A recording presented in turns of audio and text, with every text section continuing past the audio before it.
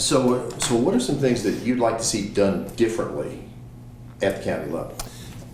First and foremost, I think I'd like to see the actual meetings, the agenda changed a little bit, tweaked here and there, to allow for more public speaking, call to the audience. They tend to put it towards the back part of the agenda or the middle part of the agenda, and people have to take the time, many times off work, to get down there to speak to the board. And they have to wait around for proclamations and some other agenda business. I think it's important that the voters and the constituents be heard, and be heard first and clearly when everybody's fresh and has the opportunity to speak. So that's one thing. The second thing I'd like to do is institute study sessions for the board. I can't remember when a study session took place amongst the board members in recent history, and I think there's enough issues on the deck that are coming up that it's going to require some thought and some deliberation, and I'd like to see that, and I'd like to institute that where we have some very in-depth discussions about certain issues that might be coming up, and that I think takes study sessions. Does the lack of a study session lead to either supervisors being unprepared or hashing things out right there in the regular meeting? Yes to both those questions. When I served on the State Transportation Board, we devoted one whole meeting as a study session on a number of issues. I know the City Council of Tucson does it too. And I think what we've seen and what I've felt on the campaign trail is that the voters are pretty disgruntled about the speed and accuracy of deliberations on the board, or lack thereof. And I think it would lend to transparency. I think it would lend to clarity of thought and a much more insightful decision-making process if the board took time to actually analyze and deliberate and study certain issues that they even know fully well might become controversial. What are some issues they either haven't addressed at all or haven't addressed adequately? Well, I think a lot of it that I can off the top of my head relate to are the economic development issues. Particularly, one is the worldview issue. We're all in favor of economic development. We all want job growth and business growth in Pima County. We need it desperately.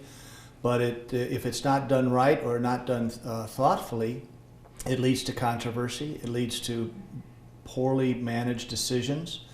And in this case, with worldview, lawsuits. And I think that that's a prime example that if I had been on the board, I would have asked that we either go to a study session or tabled it to allow for more in-depth looking at it, to ensure that it follows the state constitution, to make sure that it is a good deal, and that it would also allow for transparency so the public has time to absorb it and to reflect upon it, so that there are no conspiracy theories, that there is no controversy that we're experiencing right now. Worldview may be a great deal economically for Pima County, but unfortunately it became mired down in a lot of issues, and we're seeing the results of that lack of in-depth, slowing down analysis that I think is needed for the board to be successful in its decision making. Is there a proper way to offer economic incentives, and what would an example of a suitable incentive be?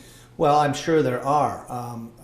Quite frankly, it would be great if we didn't have to offer them. If we could just say Tucson's ready, willing, and open for business, and proceed from there without having to give away the store. I think now the landscape of economic development, countrywide and at least statewide, if not regional-wide, particularly the southwestern part of the United States, is to give incentives packages to corporations to move there. I think that's probably something that's part of the equation now.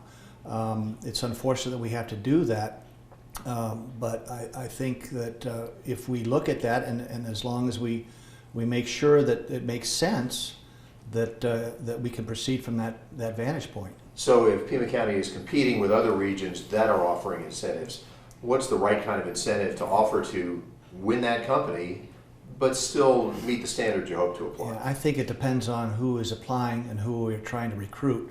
There obviously are tax incentives, there's obviously infrastructure incentives that can be offered. And again, you have to take it by a case-by-case basis, but I think what the most important thing that we have to do in offering economic incentives is that they be transparent and that they be accountable, and we have metric systems in place to measure their effectiveness. Now, this is such a hot button issue.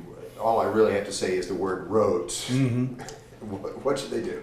Well, there are many different plans being offered, but I think the best example we have of how a model should be implemented is the RTA, the Regional Transportation Authority. That's been the most effective, most successful community-wide, regional-wide program that we have, and whatever we do, I think it should be in conjunction with the RTA. Be that looking to renew it for another 10 years or 20 years, including maintenance in a renewal, including perhaps it's been bandied around a increase in the half-cent sales tax to maybe a full cent. Maricopa County has 1.2 cents in their transportation plan, and as we know, Phoenix has been quite successful with their roadways and their infrastructure as far as transportation is concerned.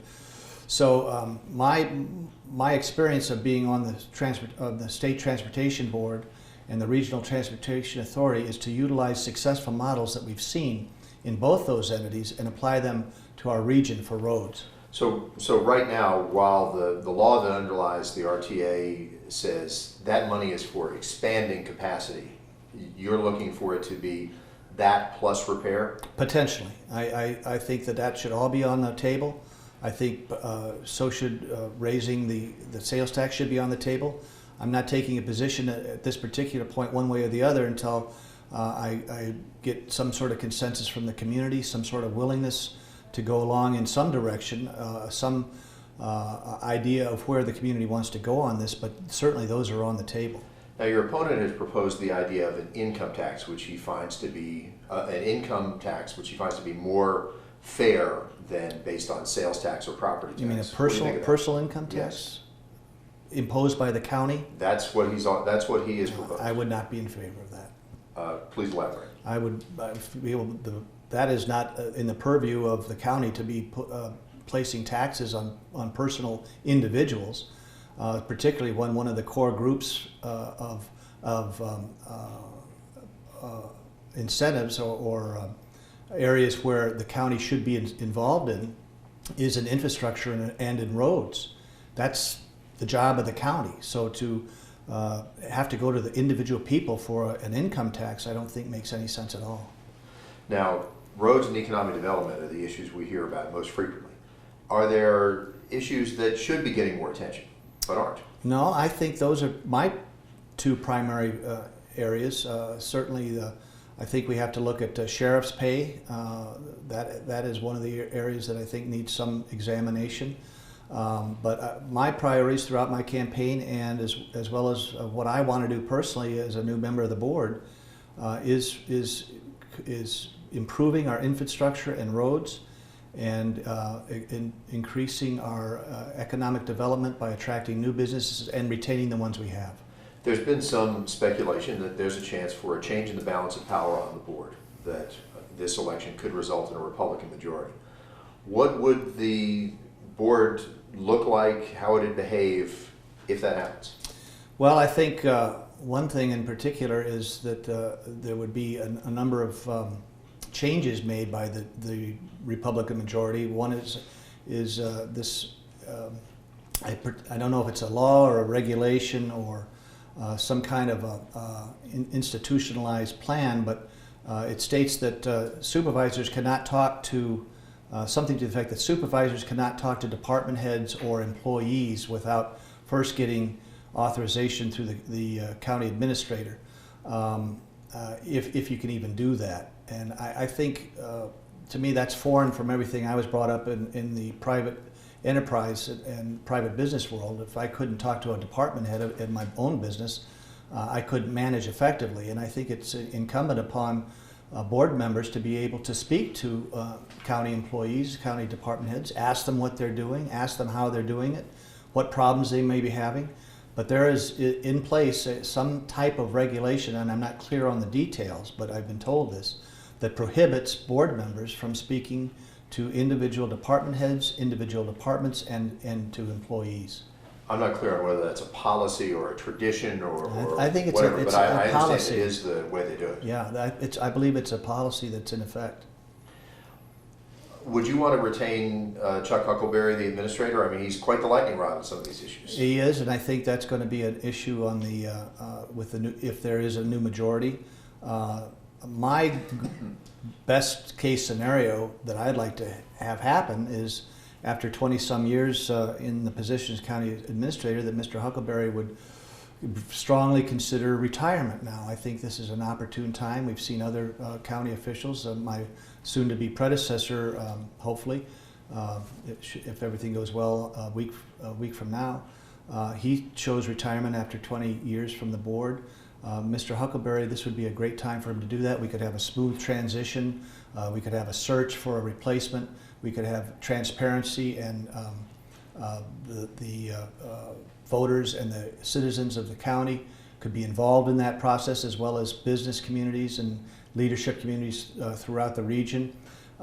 If he chooses not to retire, which I think would be the best case scenario, I will not vote to renew his contract, and I'm certain that if that majority comes to fruition, that is going to be the case with the other Republicans, should they be elected. What are some things you find troubling about it? I think, in particular, the fact that after 20 years, he's gained quite a bit of power and quite a bit of a fortress around him that I think maybe he's not accessible to the public anymore. I certainly don't think he's accessible to the board, or at least to their opinions. And I think that what has happened is not so much that he's not a bad person. I have no animus towards him. Matter of fact, I worked with him at a certain level when I was on the State Transportation Board. But I think he's just developed this lightning rod, as you say, image that is causing people to think twice about any decisions the board makes, and that again, my experience being on the campaign trail, particularly in my district, is the voters and the constituents are ready for a change, and they feel that the way things they view Pima County has evolved into and developed into need change and need a new set of eyes, and that it's time for a fresh set of officials in county government, and that this would be a very good and timely time to do that. Relations between the county and the state government have not been smooth. What could you do to improve that? Well, that's one thing I'm really looking forward to, because I had a lot of experience on the State Transportation Board of dealing with legislators and other officials in Phoenix. And I think it would be a great opportunity with new board members to try to extend some kind of relationship in a positive way with our state legislatures, and try to show them that we're willing to listen to them, and we hope that they are to us, and that there's no need for this animosity, and there's no need for this combativeness, and that we need to find common solutions and work together. It's no secret that the legislature does not hold highly Pima County and its elected officials, and I for one would put that as one of my top priorities, where I would extend some kind of opportunity to improve the relationship and work closely with our legislature to see what kind of common solutions for Pima County we can achieve.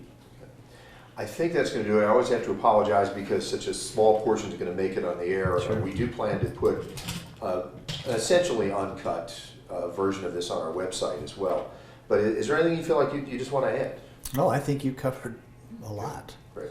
I did not know that my opponent was talking about a personal income tax levied by the county. Yes, the other Green candidate has offered that idea as well.